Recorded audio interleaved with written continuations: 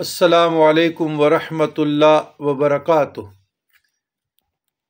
اللہم صلی علی سیدنا محمد وعلی آل سیدنا محمد وبارک وسلم افضل صلواتک بعدد معلوماتک وبارک وسلم۔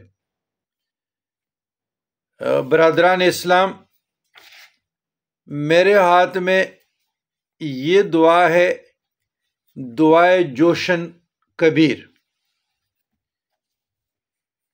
یہ دعا گروہ صوفیہ یعنی ہم صوفیہ پڑھتے ہیں اور ہمارے ساتھ صحیح سند کے ساتھ اس کی اجازت ہے، تو یہ اس میں آپ یہ سمجھ لیں کہ 100 احزاب ہیں، باب ہیں 100، اور اس میں 1000 اسماء صفاتی اللہ تعالیٰ کے بیان کیے گئے ہیں، اور ایک حزب میں میرے خیال میں 10 اسماء صفاتی ہے، صفات الہی ہے، 1 2 3 4 5 6 7 8 9 10۔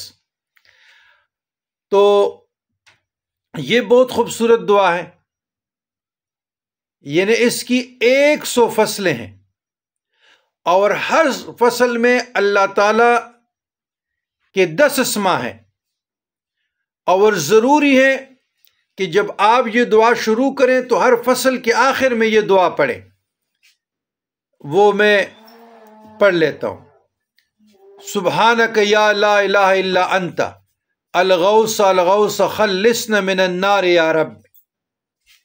اور بلد الامین میں ہر فصل کے اول میں بسم اللہ الرحمن الرحیم اور آخر میں یہ پڑھیں۔ بلد الامین میں ایسے آیا ہے، سبحانک یا الہ الا انت الغوث الغوث صلی علی محمد والی خلصنا من النار یا رب یا ذی الجلال والاکرام یا ارحم الراحمین۔ تو دونوں طریقوں سے ٹھیک ہیں۔ اچھا، یہ دعا ماہ رمضان المبارک کے ساتھ خصوصی مناسبت رکھتی ہے، اور ماہ رمضان میں پڑھنا یہ مستحب ہے۔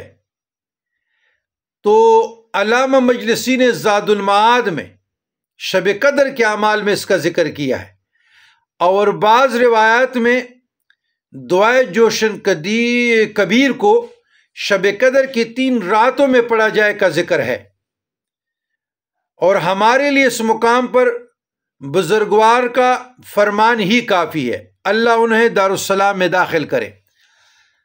یہ بلد الامین اور مصباح کف عمی میں امام زین العابدین سے، اور انہوں نے اپنے والد سے، اور انہوں نے رسول اللہ صلی اللہ علیہ وآلہ وسلم سے روایت کرتے ہیں کہ یہ دعا جبرائیل علیہ السلام نے ایک جنگ کے دوران حضرت صلی اللہ علیہ وسلم کو پہنچائی۔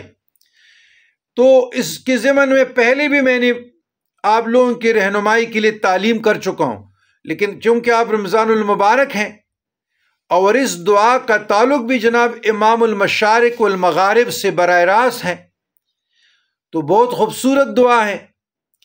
اور ہم گروہ صوفیہ، تعلیمات صوفیہ سے جو آراستہ لوگ ہیں، ان میں یہ ورد پایا جاتا ہے، یہ ہم پڑھتے ہیں۔ یہ آپ لوگوں کی تعلیم و تربیت اور رہنمائی کے لیے، اور آپ لوگوں کے مطالعہ کو انکریزنگ کرنے کے لیے بنا رہا ہوں کہ یہ دعائے جوشن کبیر پر یاد رکھیے گا۔ ہمارے بعض ذہنوں میں اور ہماری طرف کچھ غلط فہمیاں پائی جاتی ہے۔ اس دعائے جوشن کبیر پر اہل تشیع کا قبضہ نہیں ہے، یا دعائے کمیل پہ، یا دعائے توسل پہ۔ اب مفاتیح الجنان بہت بڑی دعاؤں کی کتاب ہے، لیکن ہم جب ساری چیزیں منسوب کرتے ہیں نا فرقے کے ساتھ، ہم رستے سے بے رستے ہو جاتے ہیں۔ جناب یہ دعا جو ہے علی المرتضیٰ سے تعلق رکھتا ہے، اور علی المرتضیٰ تمام سلاسل کے سید الاولیاء ہیں، امام المشارق والمغارب ہے، باب مدینۃ العلم ہے۔ تو ہمارے ہاں اس کا کوئی سند نہیں، تو یہ تو کوئی ضرورت نہیں ہے کہ ہمارے ساتھ اس کی سند نہیں ہے تو یہ دعا ہے نہیں۔ ہمارے ساتھ بہت چیزوں کی سند نہیں ہے، کیونکہ لٹریچر ہمیں اہل بیت اطہار کا جو پہنچا ہے بڑا کم پہنچا ہے، نہ ہونے کے برابر۔ ہمارا سارا سیاہ ستہ جب ہم کمگال لیتے اس میں اہل بیت اطہار سے کتنی روایتیں ہیں۔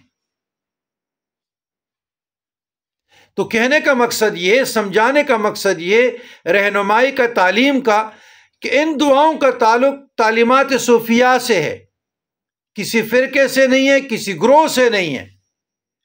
تو ان رمضان المبارک کے ایام میں خصوصی طور پر آپ پلے اسٹور سے دعائے جوشن کبیر ڈاؤن لوڈ کریں اور دعائے کمیل حاجات کے لیے پڑھیں، اس سے مستفید و مستفیض ہو جائیں، اس کے فیضات و برکات اخذ کرنے کے لیے یقینی کامل سے پڑھیں۔